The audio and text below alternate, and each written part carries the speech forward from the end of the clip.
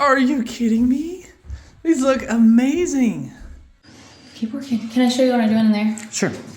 Okay, to a lot of people, this is probably a totally unnecessary step, but I have sorted all the Knotty plate. Can you pause it? I gotta turn it. Okay, to a lot of people, this seems like a totally unnecessary step, probably mark 2. But last night we were just like, oh, I can't find the board I need, and it's so like...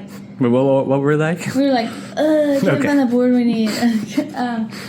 So, like, for me, sometimes I'm looking for a specific, like, color. And so I've just gone through and started labeling kind of like, okay, this is a neutral with red tones, and it's got, like, a line in it of some sort. Okay. Or, like, this one means that there's, on the tongue, there's a line of spalting, but it's neutral.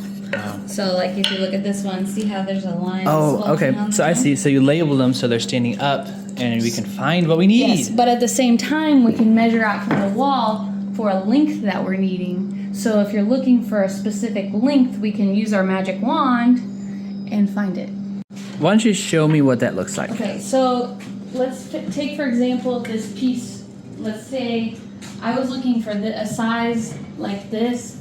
I would take my measurement, I'd line up the face, and I would put my knuckle here. Okay, this becomes my wand, okay? Your magic wand. I'm gonna go hunting for the right piece. And I take my wand, and I put it against the wall, and I slide it until I find one that is the right size. So I would pick probably this one.